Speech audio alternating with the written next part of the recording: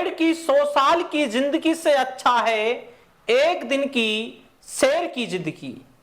मैं अंग्रेजों को स्थल से तो खदेड़ सकता हूं, लेकिन समुद्र को कैसे सुखाऊं। यह कथन है टीपू सुल्तान के। नमस्कार, जय हिंद साथियों, मैं सद्दाम। आज हम बात करेंगे भारत के महान शासक टीपू सुल्तान।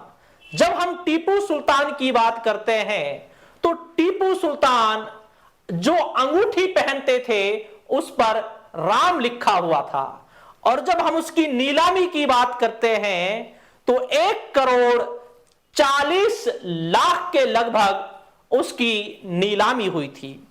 जब हम टीपू सुल्तान की बात करते हैं तो एक तलवार का नाम याद आता है, एक तलवार की याद आती है। वह तलवार जो अष्ट धातु की थी, जब टीपू सुल्तान वीर गति को प्राप्त हो जाते हैं उसके बाद अंग्रेज उसकी तलवार को ब्रिटेन ले गए और ब्रिटेन म्यूजियम में उसे रखा गया। चाहते तो टीपू सुल्तान अन्य शासकों की तरह, जैसे हैदराबाद के निजाम अली ने अंग्रेजों से सहायक संधि कर ली थी, उसी तरीके से टीपू सुल्तान भी अंग्रेजों से सहायक संधि कर सकते थे और एक अच्छी जिंदगी जी सकते थे। लेकिन टीपू सुल्तान ने सहायक संधि के स्थान पर अंग्रेजों से युद्ध करना चाहा और युद्ध किया। हम बात है 4 मई 1799 ईस्वी की, जिस समय टीपू सुल्तान भोजन ग्रहण कर रहे थे। उस समय अंग्रेजों ने आक्रमण कर दिया था मैसूर पर।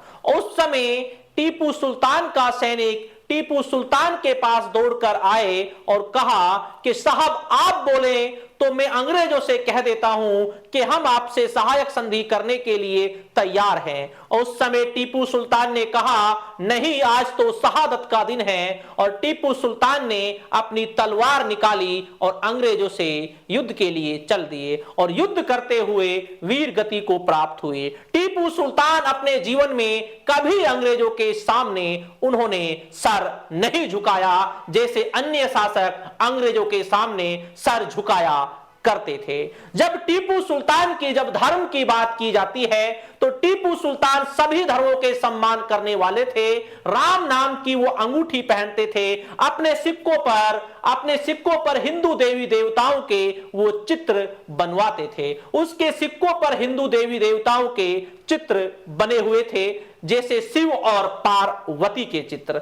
जब हम टीपू सुल्तान की बात करते हैं, जब मराठों ने मैसूर के कुछ मंदिरों को तोड़ दिया था, उस समय टीपू सुल्तान ने उन मंदिरों के लिए दान दिया था, जैसे श्रृंगेरी का मंदिर है, जैसे शारदा का मंदिर है।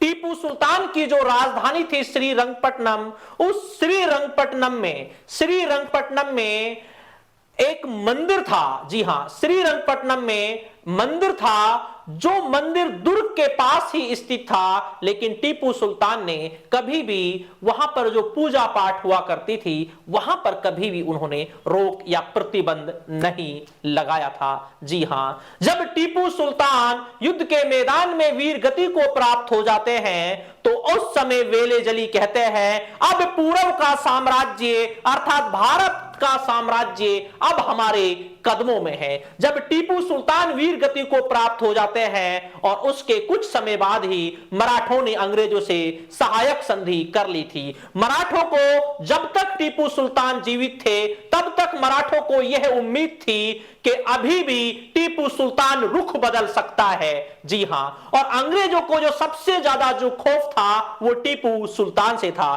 क्योंकि टीपू सुल्तान का पत्रों के माध्यम से जो फ्रांस के शासक नेपोलियन बोनापार्ट थे उससे भी उसका संपर्क हुआ करता था। और टीपू सुल्तान ने अपने राजधानी श्रीरंगपट्टनम में स्वतंत्रता का वृक्ष भी लगाया था और फ्रांसीसियों को अपने मैसूर में नौकरी भी दी थी। टीपू सुल्तान एक ऐसे शासक थे जिससे अंग्रेज सबसे ज्यादा खौफ और सबसे ज्यादा भय खाते थे, और आज 4 मई का दिन है और आज ये शहादत का दिन था टीपू सुल्तान का।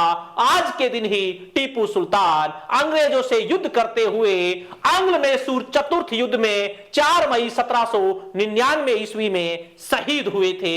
नमस्कार और जय हिंद साथियों, धन्यवाद।